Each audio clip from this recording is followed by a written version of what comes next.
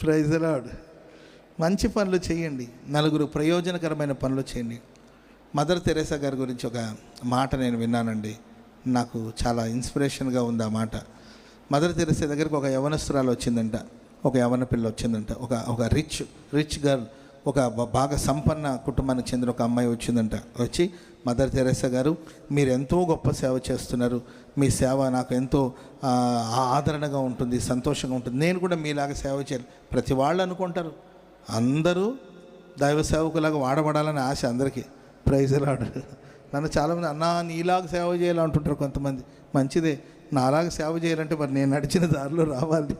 నిందలు, అవమానాలు, పోరాటాలు, శ్రమలు, కష్టాలు, కన్నీళ్ళు, నిద్రలేని రాత్రులు, అవమానాలు, ఆకలి, దప్పిక, ఇవన్నీ కూడా దాటుకుంటూ వస్తే ఈరోజు ఈ సేవ. స్తోత్రం చెప్పండి గట్టిగా. ఇవన్నీ లేకుండా డైరెక్ట్గా అక్కడికి వెళ్ళే అవకాశం లేదంటే ఎంత తొందరగా మనం పైకి వెళ్తామో అంతే తొందరగా లిఫ్ట్లో దిగినట్టు దిగేస్తాం.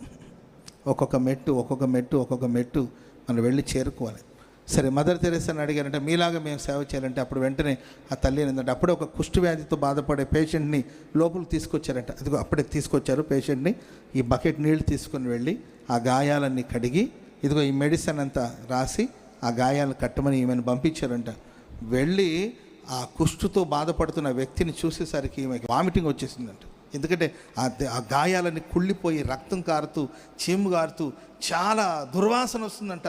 వామిటింగ్ చేసుకుని పరిగెత్తుకుంటూ వచ్చి, అమ్మ ఏంటమ్మా నాకు ఈ పని ఇచ్చారంటే నా వల్ల కాదమ్మా, నేను చేయలేకపోతున్నాను అని ముఖం అలాగా మార్చేసుకొని, అమ్మ మీరు ఎలా చేయగలుగుతున్నారు ఈ పని, మీకు ఎలా సాధ్యం అంటే అప్పుడు మదర్ తెరేసా గారు అన్నారంట, నేను ప్రతి రోగి గాయాలను కట్టేటప్పుడు అది రోగి గాయం అని అనుకోవట్లేదు, నా యేసయ్య గాయమని భావించి ఆ గాయాలు కడతామన్నాడు. స్తోత్రం చెప్పడం గట్టిగా. ఆనాడు నా యేసయ్య గాయపరచబడినప్పుడు ఆయన గాయాన్ని నేను కట్టలేకపోయాను, కనీసం వీళ్ళ గాయాలు కట్టేటప్పుడు నా యేసుకే ఈ సేవ చేస్తున్నానని అనుకున్నప్పుడు అక్కడ నాకు వికారం అనిపించట్లేదు, అక్కడ నాకు కష్టపడుతున్నట్లు కూడా నాకు అనిపించట్లేదు. నా ప్రభువుకు చేస్తున్న సేవ ఇది. స్తోత్రం చెప్పడం గట్టిగా. హల్లెలూయా. కనుక మంచి పని చేద్దాం, సత్క్రియలు చేద్దాం. సమాజానికి, సాటి మనిషికి, తోటి విశ్వాసికి, తోటి సేవకులకి మంచి జరగాలని కోరుకుందాం. మంచి చేయడానికి కోసం ఆసక్తిని చూపిద్దాం. సత్క్రియల్ని శ్రద్ధగా చేయాలి. ఆమె చెప్పండి గట్టిగా. ముక్కు మూసుకొని అర్థమైందండి, ముక్కు మూసుకొని ముఖాన్ని చిట్లించుకొని కాదు, శ్రద్ధగా చెయ్యి, లేకపోతే చెయ్యొద్దు. నీకు ఆ మనసు లేనప్పుడు చెయ్యొద్దు. ముక్కు మూసుకొని, అర్థమైందండి, పైనుండి ఇటు నీళ్ళు పోస్తూ ఉంటారు, అర్థమైందండి, ముక్కు మూసుకొని కొంచెం దూరంగా ఉండు, నీవు దూరంగా ఉండు, అర్థమైందండి. Praise the lord. ఈ క్రిస్మస్ సీజన్ వచ్చిందనుకోండి, బిచ్చగాళ్ళ వాళ్ళకి పులిహోర పొట్ల, పెద్ద బిర్యానీ పొట్లాలు కూడా కావు, బిర్యానీ ఇచ్చినా పర్వాలా, పులిహోర పొట్లను తీసుకుని వెళ్ళి దూరంగా ఉండి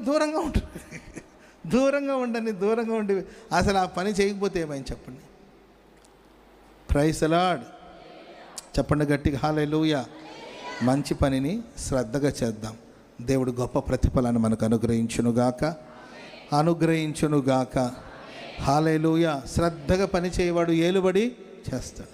నేను విశ్వసిస్తున్న నా దేవుడు మీకు ఏలుబడి చేసే అధికారాన్ని ప్రసాదించునుగాక. ఐక్యతను కాపాడుకునే ఆ శ్రద్ధను దేవుడు మీకు అనుగ్రహించునుగాక.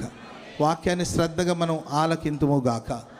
శ్రద్ధగా సత్క్రియలు చేయుటకు మనం నేర్చుకుందుముగాక.